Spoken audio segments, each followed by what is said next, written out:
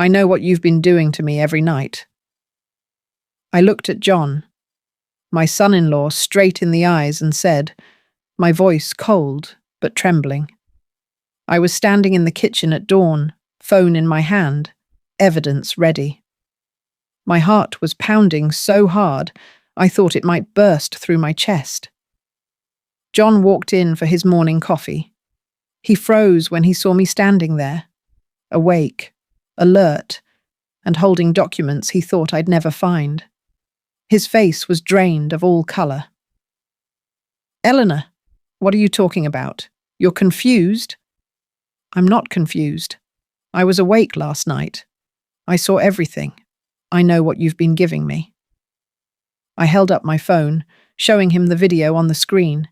His face, illuminated by laptop glow. His panic was immediate. Eyes darting, stepping backward, calculating his next move. "I'm calling the police right now," I told him. My daughter Sarah stood at the entrance of the kitchen, blocking him from trying to escape while I called the police. Before we continue, make sure to subscribe, because you won't believe what happens next. And let me know in the comments, have you ever felt like something was wrong, but everyone told you it was all in your head? Let me tell you how we got here. My name is Eleanor Harper. I'm 68 years old, and for most of my life, I thought I was a pretty good judge of character. I raised a daughter, built a marriage that lasted over 4 decades, taught elementary school for 30 years. I prided myself on being sharp, aware, and careful. But I was about to learn that the most dangerous predators are the ones you invite into your home. 6 months ago, my husband Robert died. Heart attack at 67, 42 years of marriage, gone in an instant.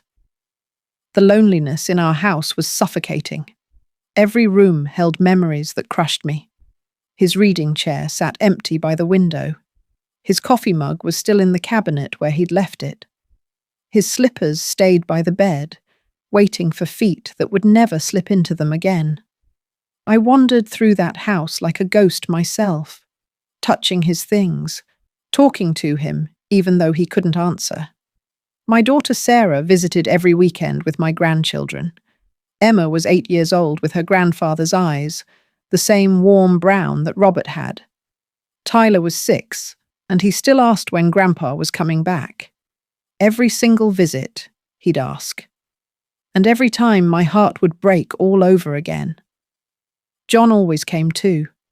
Sarah's husband of 10 years. He was the kind of son-in-law every mother dreams of. He'd fix things around my house. Leaky faucets, squeaky doors, that loose banister I'd been meaning to repair. He'd cook dinner while Sarah and I talked, filling my kitchen with warmth and the smell of home-cooked food. He'd get down on the floor and play with the kids, making them laugh until their sides hurt. I trusted him completely. He was my daughter's husband, my grandchildren's father. He was family. 3 months ago, I had a small fall at home. Nothing serious. I'd tripped over the edge of a rug and bruised my hip. But it scared Sarah. I could see the worry in her eyes every time she looked at me after that. "Mom, you can't be alone anymore," she said one Sunday afternoon, holding my hands across the kitchen table. "Move in with us. The kids would love having Grandma there every day." Before I could even process what she was saying, John spoke up. His voice was so warm, so genuine. "Eleanor, we have that guest suite. It's perfect for you. We want you here. We need you here." It felt like salvation. I wouldn't be alone anymore. I'd be with my family. I'd watch my grandchildren grow up. I wouldn't die alone in that empty house filled with ghosts and memories. Move-in day was beautiful. Emma and Tyler had decorated my new room with drawings they'd made. Colourful pictures of stick-figure families holding hands, with "Welcome home, Grandma," written in crayon across the top. Sarah unpacked my boxes with care, asking me where I wanted everything. John carried my furniture up the stairs, joking about my heavy books and how I must have every novel ever written. It felt like love, like safety, like family. The first week was everything I'd hoped for. We had family dinners where Tyler would tell these elaborate, impossible stories about his day, how he'd seen a dinosaur in the playground, or how his teacher could actually fly. Helping Emma with her homework at the kitchen table made me feel useful again, needed. Reading bedtime stories to both of them in funny voices made them giggle until they couldn't breathe. I felt alive again. I felt like I had a purpose. Then John started bringing me a pill every night. He'd knock softly on my door around 9 o'clock, carrying a small white tablet and a mug of warm milk. "It's for sleep and anxiety, Eleanor," he'd say with that kind smile of his. "Your doctor prescribed it after Robert's death. It'll help you rest, help you heal." I didn't remember any doctor visits, but grief makes everything foggy. Time had become this strange, liquid thing that I couldn't quite hold on to. Days blurred together. Conversations disappeared from my memory. And I trusted him. He was taking care of me, making sure I got the help I needed. So I took the pill every night, and every night I swallowed it down with that warm milk, believing I was healing. I started waking every morning feeling wrong, not tired, not sleepy, drugged. My mouth was dry like cotton. My limbs felt like they were filled with sand. My mind was thick and slow, like trying to think through mud. It would take hours before I felt like myself again. The kids would bounce into my room for morning hugs, and I could barely lift my arms to hold them. Emma would look at me with those worried eyes and ask, "Grandma, are you okay?" And I'd force a smile, telling her I was just tired, even though something inside me was screaming that this wasn't normal tiredness. Sarah noticed too. "Mom, you seem really out of it in the mornings. Are you feeling all right?" But by afternoon, the fog would clear. I'd feel normal again, present, sharp, like myself. Then night would come, and John would appear at my door with that pill and that smile. Strange things started happening. I'd wake to find my bedroom door wide open when I knew I'd locked it before sleeping. My closet would be disturbed, clothes pushed aside, boxes moved. Papers on my desk weren't where I'd left them. My jewelry box would be open. My purse contents shifted. I'd mention it at breakfast. "Did someone come into my room last night?" John would exchange a quick look with Sarah. "Eleanor, you must have done it yourself. Maybe you're sleepwalking. It happens with grief and new medications." But I had never sleepwalked in my entire life. Then my bank card disappeared from my wallet. I called the bank immediately, reported it stolen, and got a replacement sent. 2 days later, I checked my account online. There were ATM withdrawals I didn't make. $400 from a location 20 miles away that I'd never been to. I confronted them at dinner.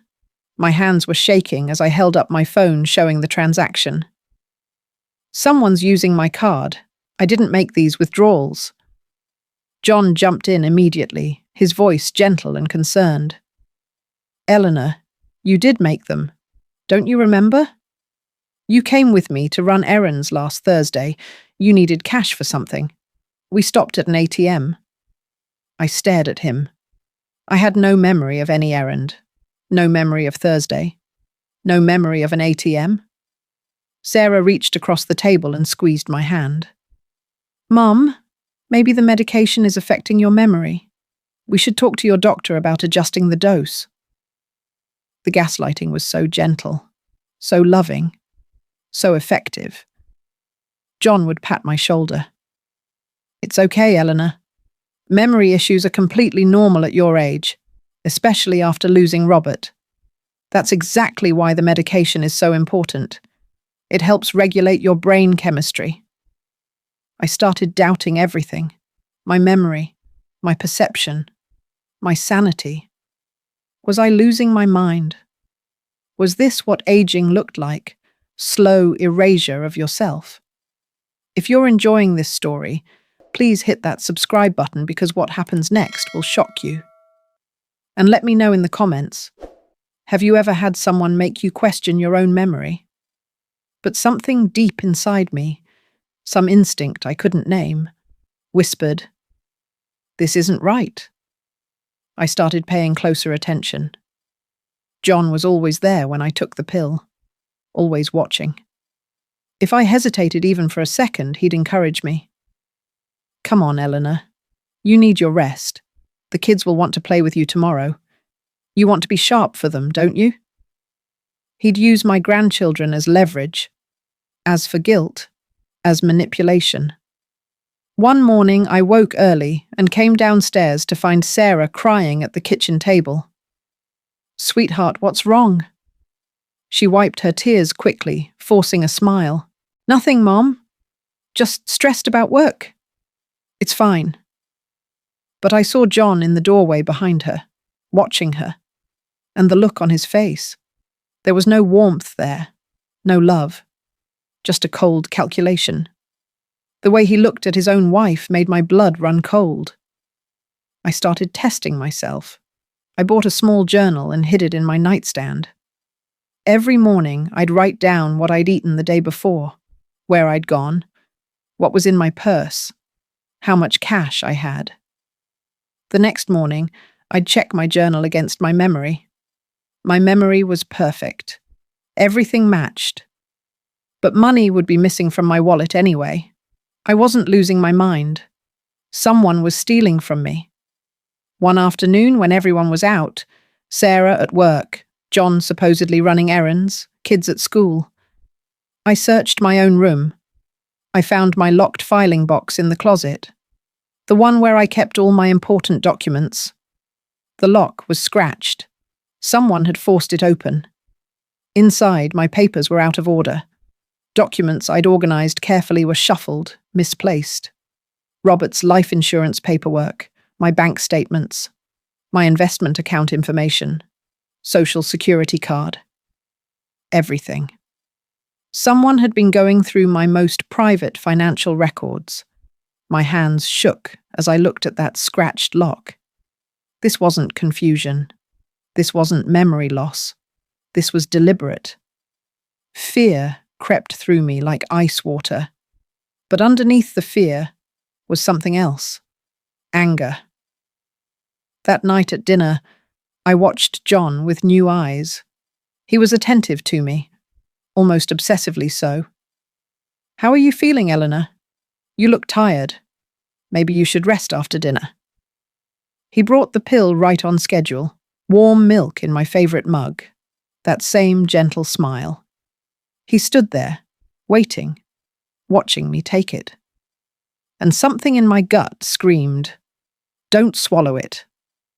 I made a decision born of pure survival instinct. I placed the pill on my tongue, took a sip of milk, and palmed it. Hid it against my cheek while I swallowed the milk. The bitter taste made me want to gag, but I controlled my face.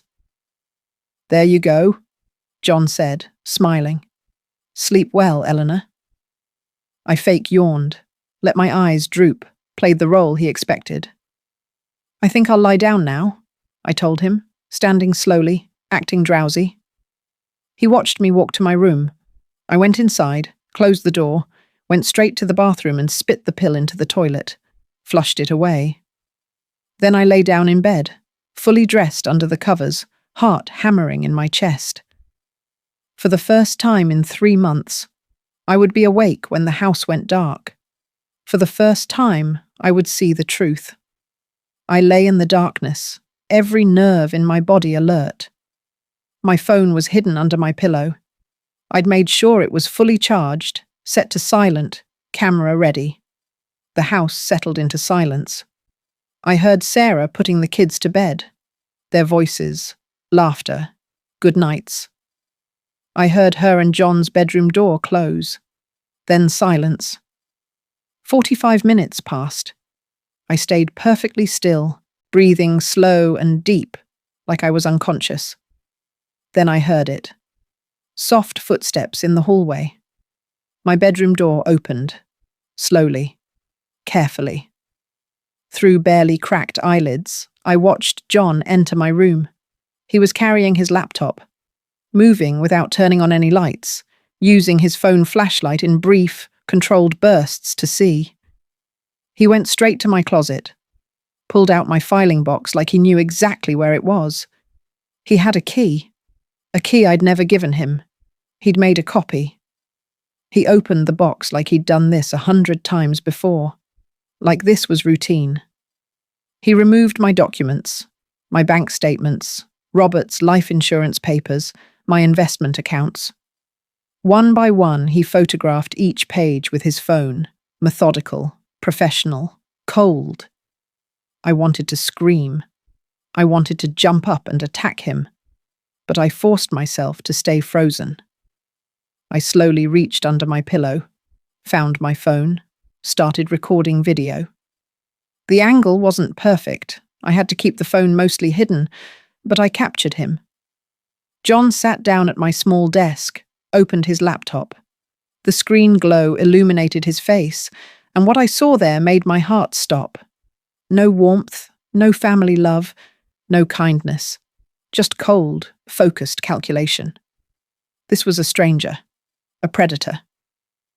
He navigated to my bank's website, typed in my username and password from memory.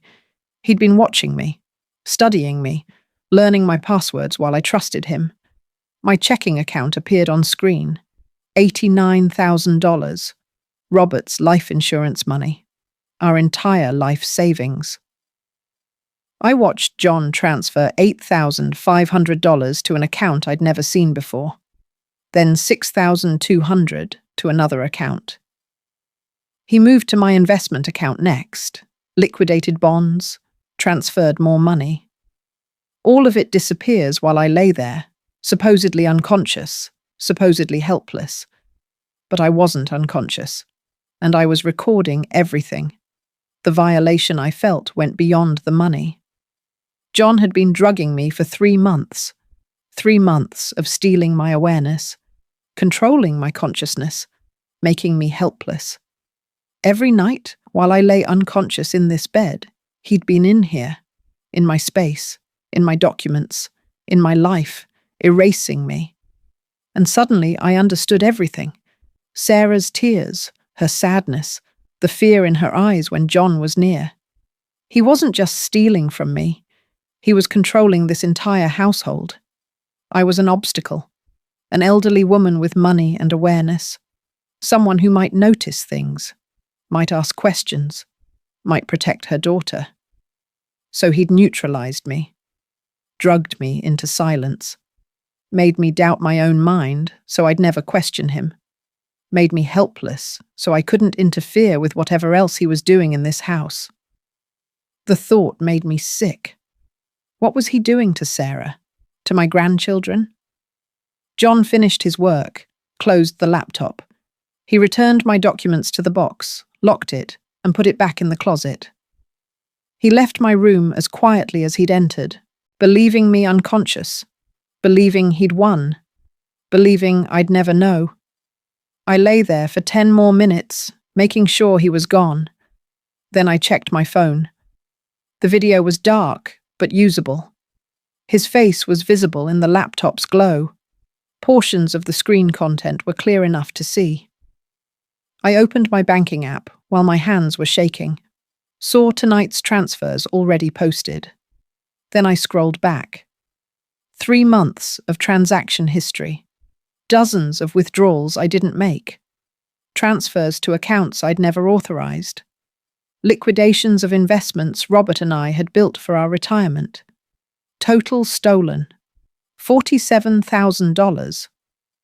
But this wasn't about money anymore. This was about my daughter living with a man who drugged elderly women and stole from them. A man who saw his own family as obstacles to be neutralized. I sat in my dark room, evidence in my hands, facing the hardest decision of my life. I could leave. Take this evidence, go to the police, save myself, get my money back. press charges, walk away. But Sarah would still be here, still married to this man, still trapped. And Emma and Tyler, God, my grandchildren were sleeping down the hall, innocent and trusting, calling this monster Daddy.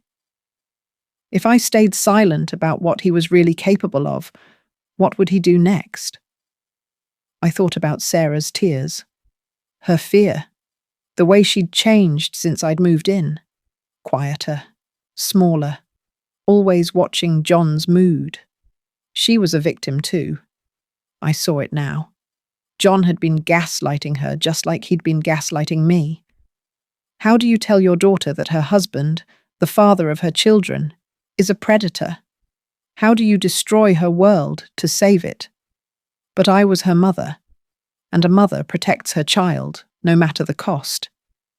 I made my decision at 5 a.m. I texted Sarah from my room. I need to talk to you alone. Now. Before John wakes up. Come to my room. It's urgent. 3 minutes later, she appeared at my door in her pajamas, face creased with worry.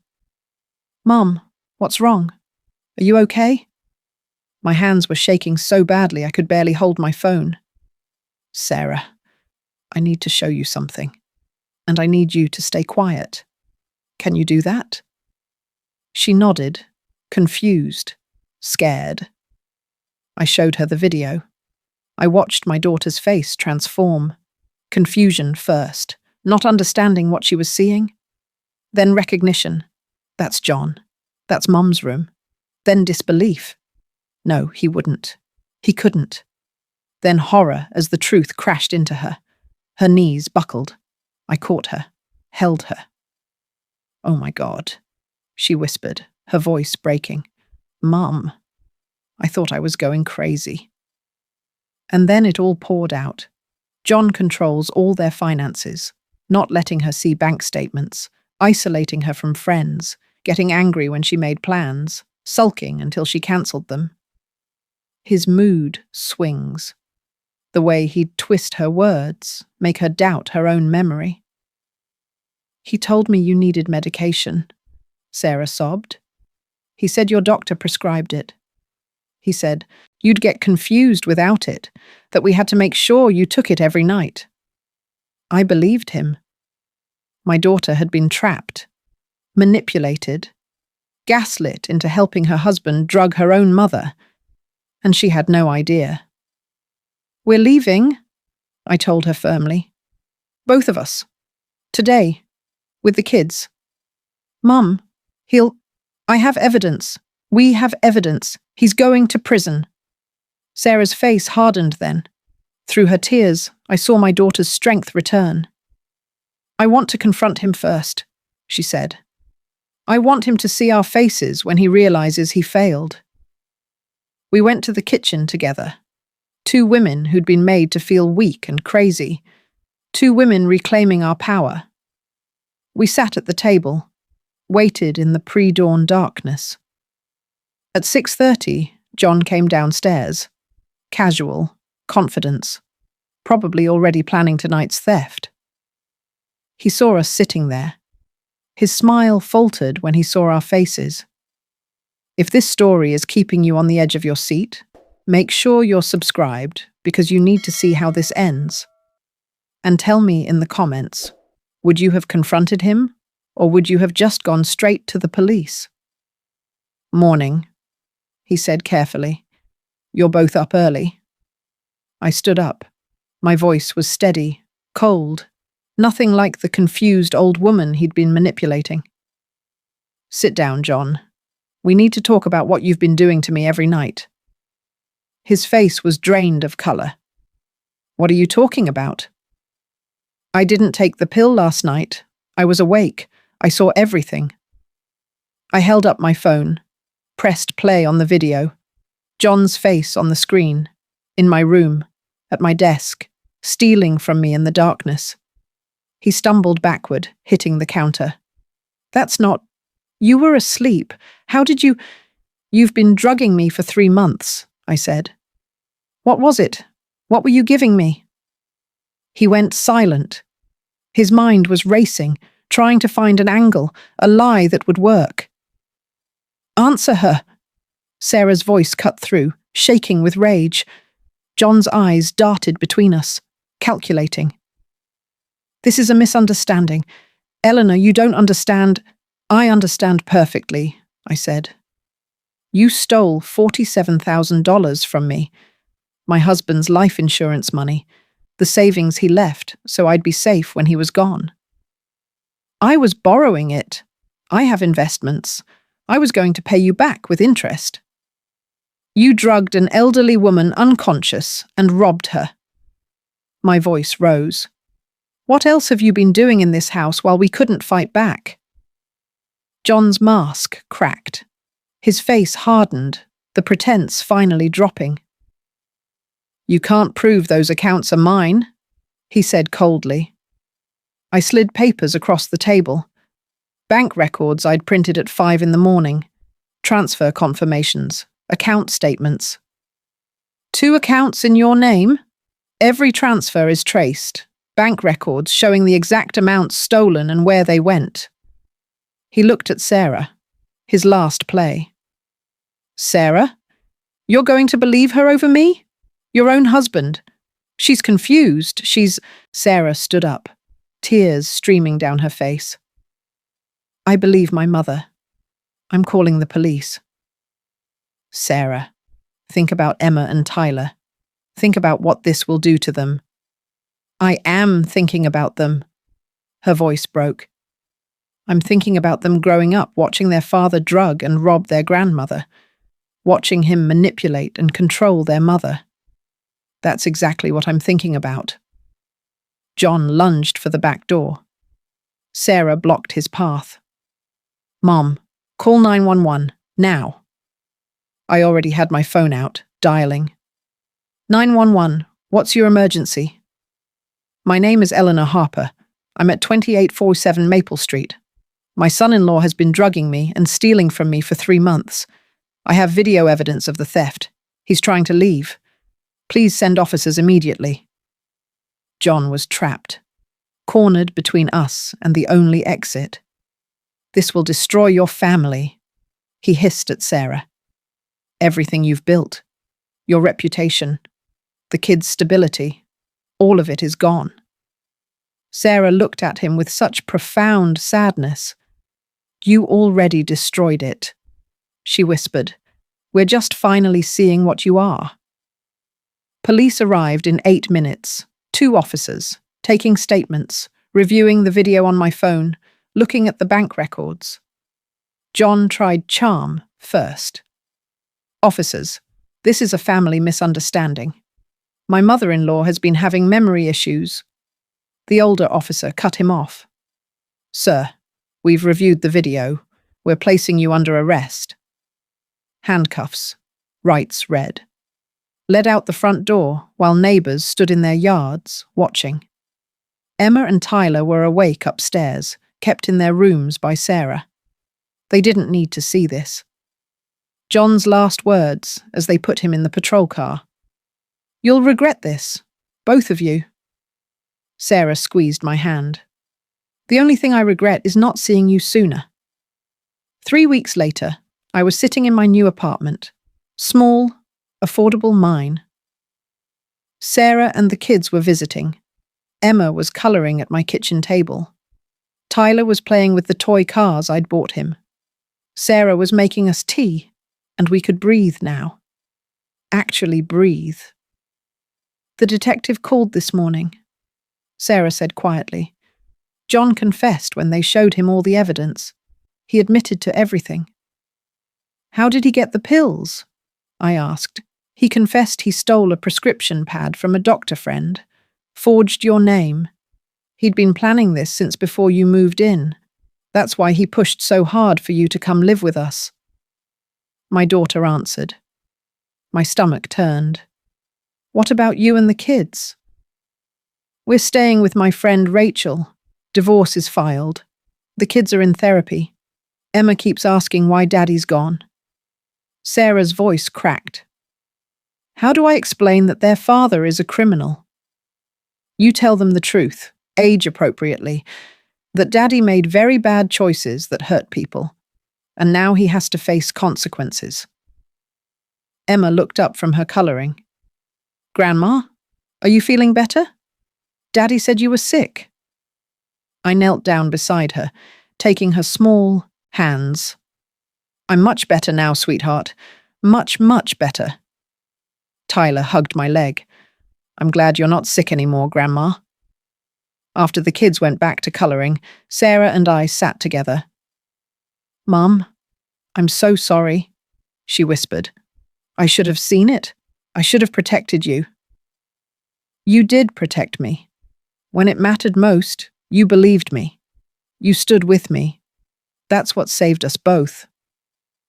She cried then, and I held my daughter the way I did when she was small.